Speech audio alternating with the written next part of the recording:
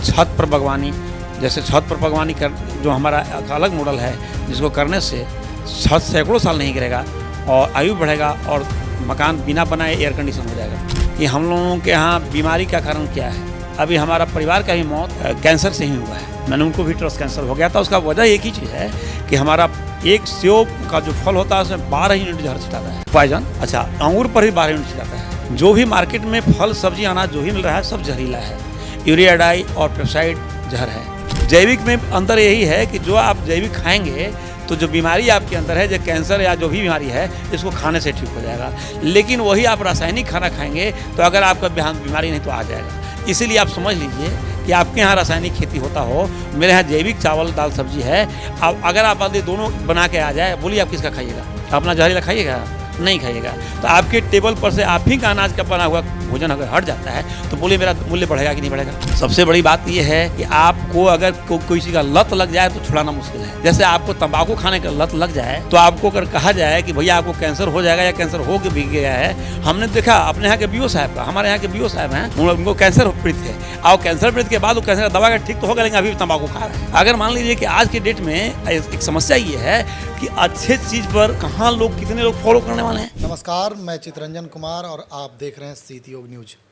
देखिए, अभी मैं मौजूद हूँ एक किसान के साथ। ये किसान है औरंगाबाद ज़िले के गोह के, जो ऑर्गेनिक खेती करते हैं और ऑर्गेनिक खेती करके और इसकी शुरुआत इन्होंने कर दिया। और इनकी जो खेती है ये फल की खेती करते हैं और भी क्या करते हैं इन्हीं से हम जानने का प्रयास करेंगे, यही खुद बताएंगे। तो सर, सबसे पहले तो आपको नमस्कार। जी नमस्कार। आप सर कहाँ के रहने वाले हैं? मेरा घर पड़ता है गो प्रखंड में, अकौना मेरा गांव है। पंचायत का नाम भुरकुंडा है और मेरा नाम विश्वजीत सिंह है। अभी सर आप क्या कर रहे हैं? अभी तो अपना खेती चल रहा है। अभी मेरे पास प्राकृतिक ढंग से हम अमरूद का प्लांट लगाए हैं। अमरूद है, आंवला है, उसमें जामुन है, आम है, सारा प्राकृतिक मॉडल है।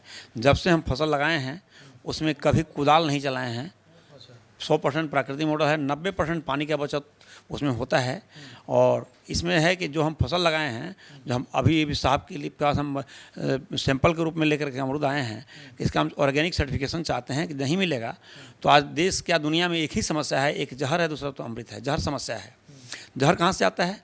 जहर आता है कीटनाशक खाद, कीटनाशक दवा और ऑर्गेनिक खाद। अभी कीटनाशक दवा और ये जो है रासायनिक खाद से आता है। तो आज इसकी जगह पर हम लोग जो है से प्राकृतिक ढंग से खेती करते हैं और जहर मुक्त खाद बनाते हैं, जिसमें जहर ना हो और सब कुछ अपने घर का हो। और इस प्रकार का खाद बना करके हम प्रयोग करते हैं और उससे ये सफलता मिला है। अभी हम एक प्लांट डेवलप किए हैं। उस प्लांट का नाम है पशु कीट नियंत्रक रबर बायोगैस प्लांट। ऐसे यूट्यूब पर मेरा चैनल है। किसान साथी विश्वजीत सिंह जी ने नंदी कामधेनु गोबर गैस प्लांट का निर्माण किए। छत पर बागवानी, जैसे छत पर बागवानी कर जो हमारा एक अलग मॉडल है, जिसको करने से छत सैकड़ों साल नहीं गिरेगा और आयु बढ़ेगा और मकान बिना बनाए एयर कंडीशन हो जाएगा। क्योंकि छत गर्म नहीं होगा और उसमें पानी नहीं घुसेगा, छत क्यों टूटेगा? ये सब चीज़ है। तो अभी हम जो खाद बनाए हैं, अभी अपने यहाँ हिसाब से खाद पर हम सर बात करेंगे। हाँ, बात सबसे पहले उस पर हम चलते हैं कि आप जो फलदार वृक्ष रोपे हैं, जिसकी खेती कर रहे हैं, वो कहाँ से आप सर प्रेरणा लिए थे और जब प्रेरणा लेकर के शुरुआत की तो कितनी लाभ हो रही है? तो ये सबसे बड़ी चीज़ है कि आज हम पेड़ जो पौधारोपण के मामले में आज कम से कम 30-40 साल से हम लगातार पेड़ लगा रहे हैं। और आए दिन आवश्यकता ही आविष्कार की जननी होती है। अगर मान लीजिए कि आवश्यकता जब आपको होगा तभी आविष्कार होगा। आज अपने यहाँ जैसे देखिए, किसान के लिए अब देखिए सबसे बड़ी समस्या है आज कि हम लोगों के यहाँ बीमारी का कारण क्या है? अभी हमारा परिवार का ही मौत कैंसर से ही हुआ है। मैंने उनको भी ट्रस्ट कैंसर हो गया था। उसका वजह एक ही चीज़ है कि हमारा एक सेब का जो फल होता है उसमें 12 यूनिट जहर छिटाता है पॉइजन। अच्छा, अंगूर पर भी 12 यूनिट छिटाता है। जो भी मार्केट में फल सब्जी अनाज जो भी मिल रहा है सब जहरीला है। यूरिया डाई और पेप्साइड जहर है ना। और इससे जो है जो जो भी है सब मार्केट में जा रहा है। तो उसके जगह पर हम ऑर्गेनिक साइड पर जो हम काम कर रहे हैं, इसके लिए अपना जो प्लांट है उससे दवा खाद गैस तो नहीं मिलता है। अब उस दवा को हम स्प्रे करते हैं तो पहला तो है कि उसका स्प्रे करने से उस फसल में कीड़ा आएगा नहीं। कीट नियंत्रक है, नियंत्रक और नाशक में अंतर होता है। नाशक माने मारने वाला, नियंत्रक माने भगाने वाला, नियंत्रण करने वाला। तो हम नियंत्रक के साइड पर हैं। हमारा स्प्रे करने से उस खेत में नीलगाय आएगा ही नहीं, क्योंकि नीलगाय के लायक वो रहा भोजन नहीं रह गया। अच्छा, कीड़ा के लायक भोजन से कीड़ा नहीं आएगा। हमारा 100% प्राकृतिक मॉडल है। हमारे यहाँ जो आप कभी आएंगे तो देखेंगे हमारा अमरूद का जो फल देखिएगा, एक फल में कम से कम सैकड़ों हज़ारों चींटी लगा हुआ रहता है। उसके साथ मेरा दोस्ताना संबंध है।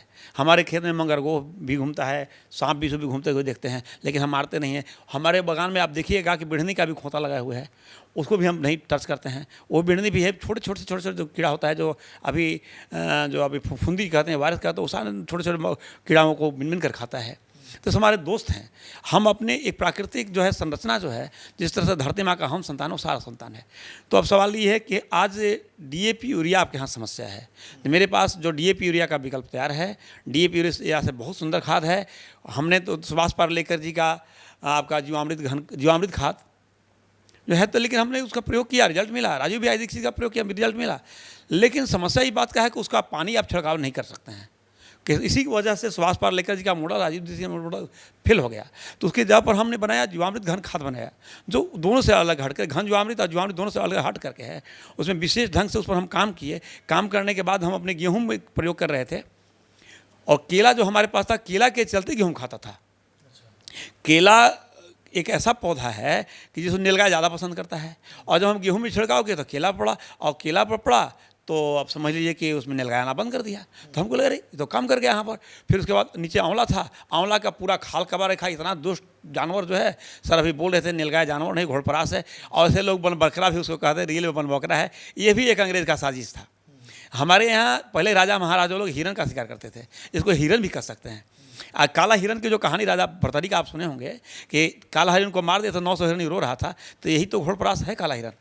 हम एक बार देख रहे थे, मैंने सैकड़ों नीलगाय के बीच में एक मैंने काला वाला जो घोड़सवार होता है, तो लगा कि यही तो राजा भरतरी का साथ समस्या था।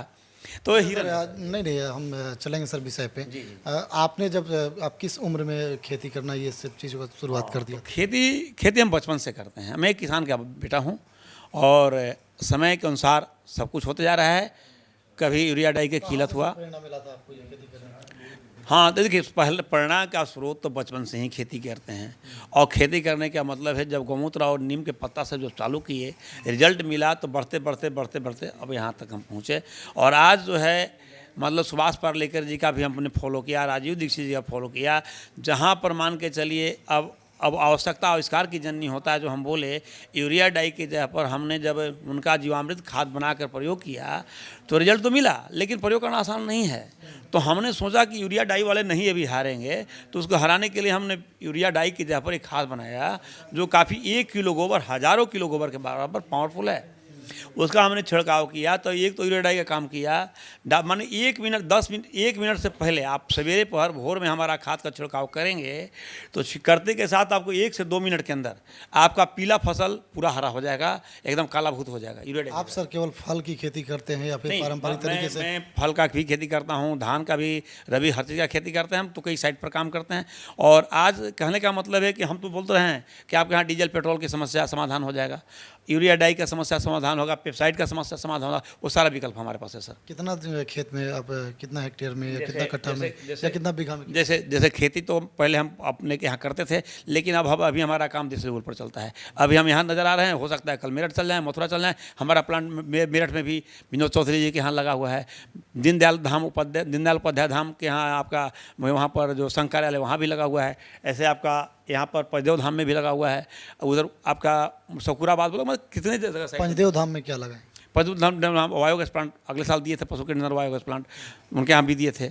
और बहुत जगह पर दिए हैं। आप उसको जैसे जहाँ कहीं भी देख सकते हैं। हमारे यहाँ भी कभी समय लेके आइए, हमारे यहाँ प्लांट को देखिए किस प्रकार दवा खाद गैस तीनों निकलता है। अमरूद से सर कितना लाभ कमा रहे हैं? अमरूद के सर कोई भी किसान तब तक लाभ नहीं कमाएगा कि जब तक जैविक का सर्टिफिकेशन ना मिल जाए। क्योंकि जैविक वगैरह में अंतर क्या है कि 90% जैविक प्रोडक्ट तो अकेले अमेरिका किनता है, जैविक में अंतर यही है कि जो आप जैविक खाएंगे तो जो बीमारी आपके अंदर है, जो कैंसर या जो भी बीमारी है, इसको खाने से ठीक हो जाएगा। लेकिन वही आप रासायनिक खाना खाएंगे तो अगर आपका बीमारी नहीं तो आ जाएगा। इसीलिए आप समझ लीजिए कि आपके यहाँ रासायनिक खेती होता हो, मेरे यहाँ जैविक चावल दाल सब्जी है। अब अगर आप दोनों बना के आ जाए, बोलिए आप किसका खाइएगा? अपना जहरीला खाइएगा? नहीं खाइएगा। तो आपके टेबल पर से आप ही का अनाज का बना हुआ भोजन अगर हट जाता है तो बोलिए मेरा मूल्य बढ़ेगा कि नहीं बढ़ेगा? अगर यहाँ के किसान समूचे किसान आत्महत्या कर ले तो क्या किसान को लाभकारी मूल्य मिलने जा रहा है क्या? किसान का फसल उपजने से पहले बिका हुआ है।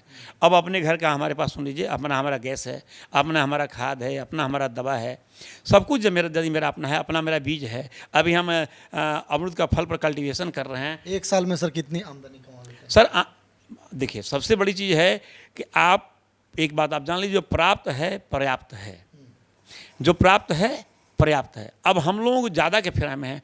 हम लोग इस विहुम से रहिए कि जितना प्राप्त है, क्योंकि आपका अनावश्यक खर्च जब रुक जाएगा तो जो स्थिति में उसी स्थिति में आप बेनिफिट में हैं। समझ गए? कहने का मतलब है कि आज आप सोचते होंगे कि किसी को 1 लाख वेतन मिलता है तो फिर भूख घोटाला क्यों होता है?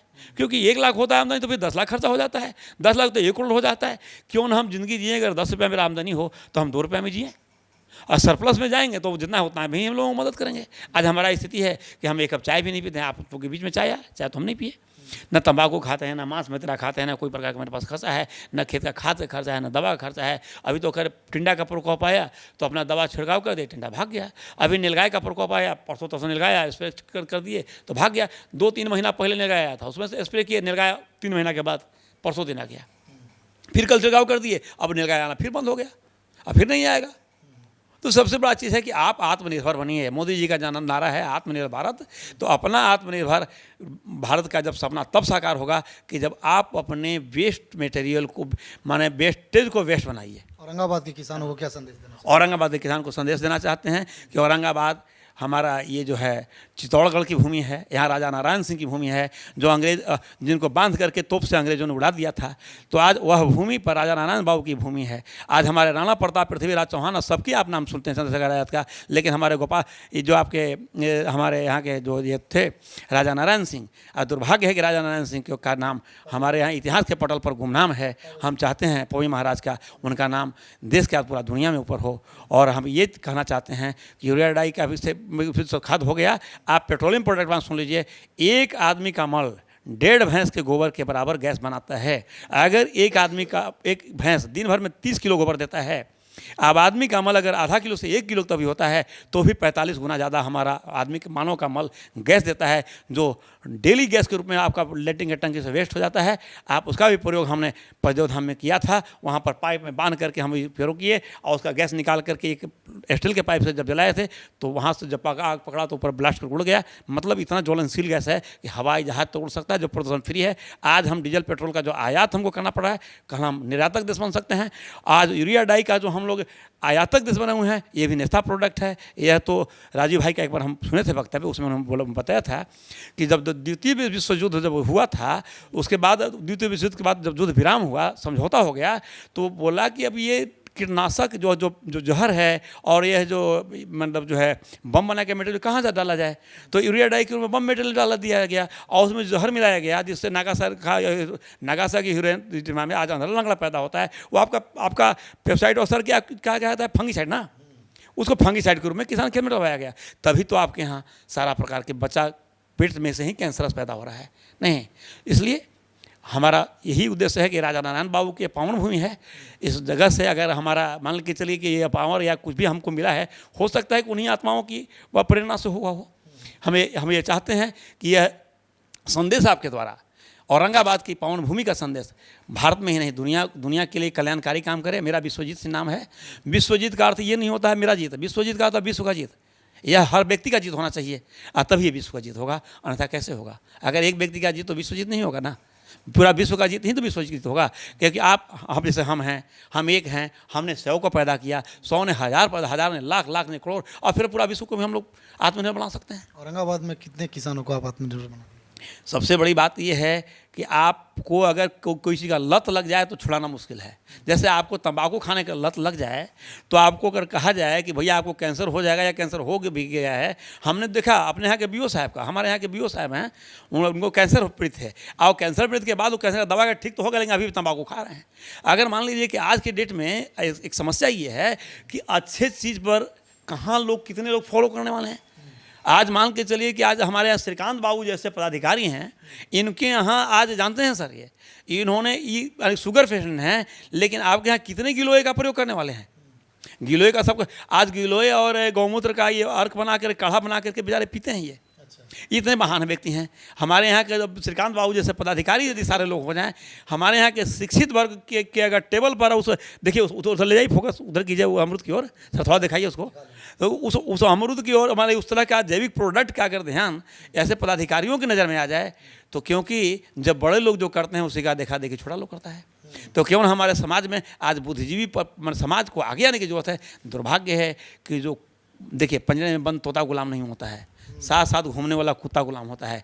पिंजरे में बंद तोता को राम राम भजता है, लेकिन उसको कोई कभी जूठा नहीं खिलाया जाता है, लेकिन साथ साथ कुत्ता को सदैव कभी माने अच्छा भोजन नहीं मिलता, सदैव जूठा मिलता है। और पिंजरा में बंद तोता को लोग स्वागत करता है, लेकिन साथ घूमने वाला कुत्ता को दूर दूर कहता है। अगर पिंजरा में बंद तोता गुलाम नहीं है, साथ साथ घूमने वाला कुत्ता गुलाम है। अगर मानसिक तौर पर अगर कोई गुलाम हो जाए तो उसको आज़ाद कराना मुश्किल है। इन्हीं शब्दों के साथ मैं आप सबको संदेश ये देना चाहता हूँ कि यह भारत में कभी खाली नहीं रहा है, हमेशा महापुरुषों का जन्म हुआ है। लेकिन आप सोच लीजिए, जब कृष्ण भी थे, लेकिन कृष्ण के महाभारत के युद्ध में कितने जदुवंशी उनके साथ थे, अकेले कृष्ण सच्चाई के साथ खड़ा थे। तो बहुत बड़ी माने उपलब्धि हम कहेंगे श्रीकांत बाबू का कि आज इस महाभारत के युद्ध में इस औरंगाबाद की भूमि पर अकेले श्रीकांत बाबू खड़ा है। जय हिंद, जय भारत, जय विश्व, जय गौ माता। बहुत बहुत धन्यवाद। तो ये थे किसान विश्वजीत जी जो गो में खेती करते हैं और ये काफ़ी चीज़ें हमारे साथ साझा की है। इनसे लाभ लेने की ज़रूरत है और खबर में इन्होंने जो बताया उसे सुनकर उसे अपने चीज़ों में अमल करने की आवश्यकता है। मिलते हैं अगली खबर के साथ, तब तक के लिए धन्यवाद।